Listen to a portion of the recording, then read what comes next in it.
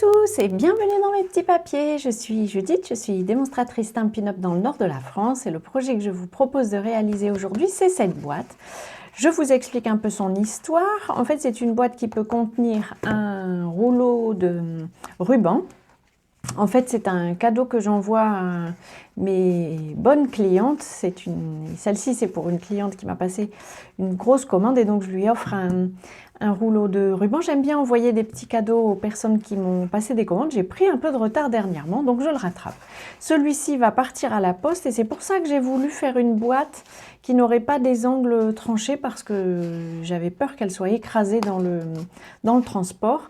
Donc je vous montre ma petite technique, l'astuce que j'ai trouvée pour faire une boîte qui devrait pouvoir passer dans une enveloppe. Pour cette boîte, il vous faudra un morceau de papier cartonné qui mesure 23 cm sur 15. On va la faire un petit peu plus grande, on va la faire un petit peu plus grande que celle-ci parce que je trouve qu'il y a encore un petit peu de tension dans le papier cartonné. On verra ensemble si ça va mieux. Vous allez pouvoir le placer en paysage et marquer des plis à 1 cm, puis 9,5 hop, puis 12 cm, puis 20,5. Hop. Et ce sont les seuls plis qu'on fait avec le coupe-papier. Les autres vont se faire naturellement. Je vais pouvoir marquer les plis avec mon plioir pour que la boîte se mette bien en place. Et puis je vais y déposer tout de suite mes morceaux de décoration. J'ai préparé 2 morceaux de papier de série design. Celui-ci vient de la collection, mon Dieu j'ai oublié son nom, mais vous savez c'est la collection avec les cœurs. Attendez, je vais vous retrouver ça quand même dans mon petit catalogue favori. Voilà, c'est celle-ci. Donc c'est le papier de série design. Petit mot doux, n'est-ce pas mignon? Et j'ai choisi un côté plutôt neutre, qui ne soit pas forcément dans le thème de l'amour et de la Saint-Valentin. On va placer notre papier. Alors vraiment, je le fais à vue d'œil. Vous pouvez le passer, si vous voulez être précis, en fait, il vous faut juste 3 cm de chaque côté du papier. Mais là, pour la vidéo, je vais le faire comme ça, à vue d'œil. Et donc, je le place à peu près au milieu. Hop. Et je fais la même chose. Donc, j'en ai prévu cette fois-ci un pour le devant et un pour l'arrière de la boîte. Par contre, j'essaye d'être à peu près au même niveau. Voilà. On va déposer tout de suite de l'adhésif. Alors là, j'ai besoin d'un adhésif qui soit bien coriace, qui colle bien. Je vais prendre mon adhésif découpe facile, si je veux bien, si j'arrive à l'attraper. Voilà. Et puis, je vais tout de suite en poser à l'intérieur, en haut et en bas. Parce que c'est de cette manière qu'on va fermer la boîte. Alors, une fois n'est pas coutume, c'est une boîte qu'on ne peut pas rouvrir sans la déchirer ou pas. Ça dépendra si l'adhésif tient fort ou s'il veut bien jouer. La destinatrice de ce petit cadeau me dira. On va d'abord coller cette bande-ci. Et elle est très facile à coller. On peut tout simplement la coller comme ceci. Et puis, on va placer déjà notre ruban à l'intérieur. C'est lui qui va nous aider. Je vais faire bien attention en prenant le dessus. Voilà comment je procède. J'ai glissé, vous avez vu, le ruban a glissé au fond.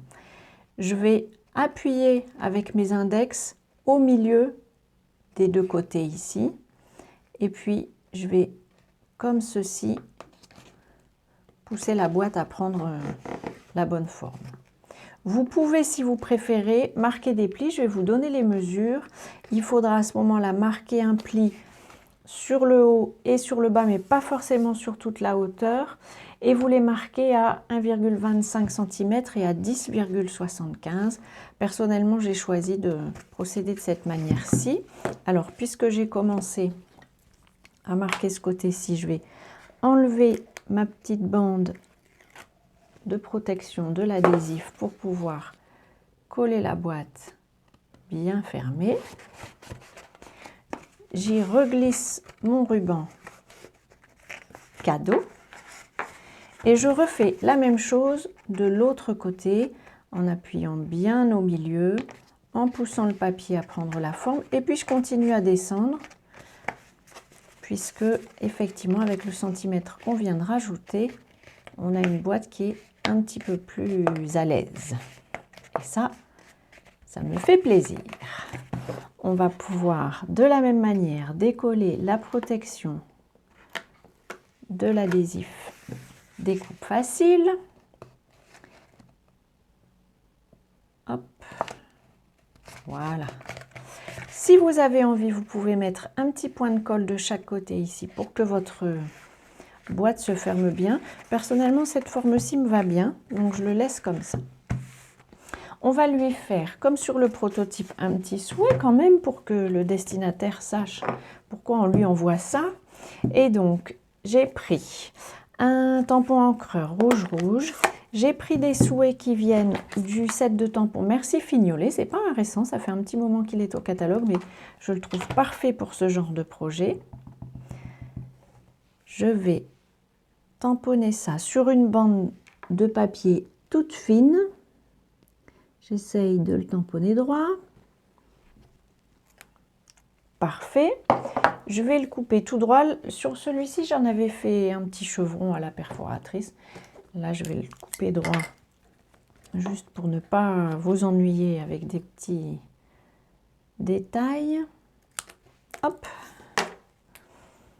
Et puis, j'ai envie de faire un deuxième souhait. Enfin de le compléter et de tamponner merci. Et voilà comment j'ai fait. J'ai tamponné un merci dans un coin, en haut ou en bas, hein, ça vous choisissez ce qui est le plus pratique. Juste comme ça dans un coin. Et puis j'ai attrapé à nouveau mon coupe-papier et j'ai juste découpé assez précisément autour de mon souhait. Ça me permet d'avoir une étiquette ajustée sans trop me casser la tête avec le tamponnage qui du coup serait un peu précis si on faisait les choses dans l'autre sens. Je vais pouvoir coller mon long souhait avec des mini mousses. Ça, ce sont les normales. Voilà les mini mousses. Je vais en mettre 4 à mon avis. La languette est quand même bien longue. Et puis je vais la placer en diagonale.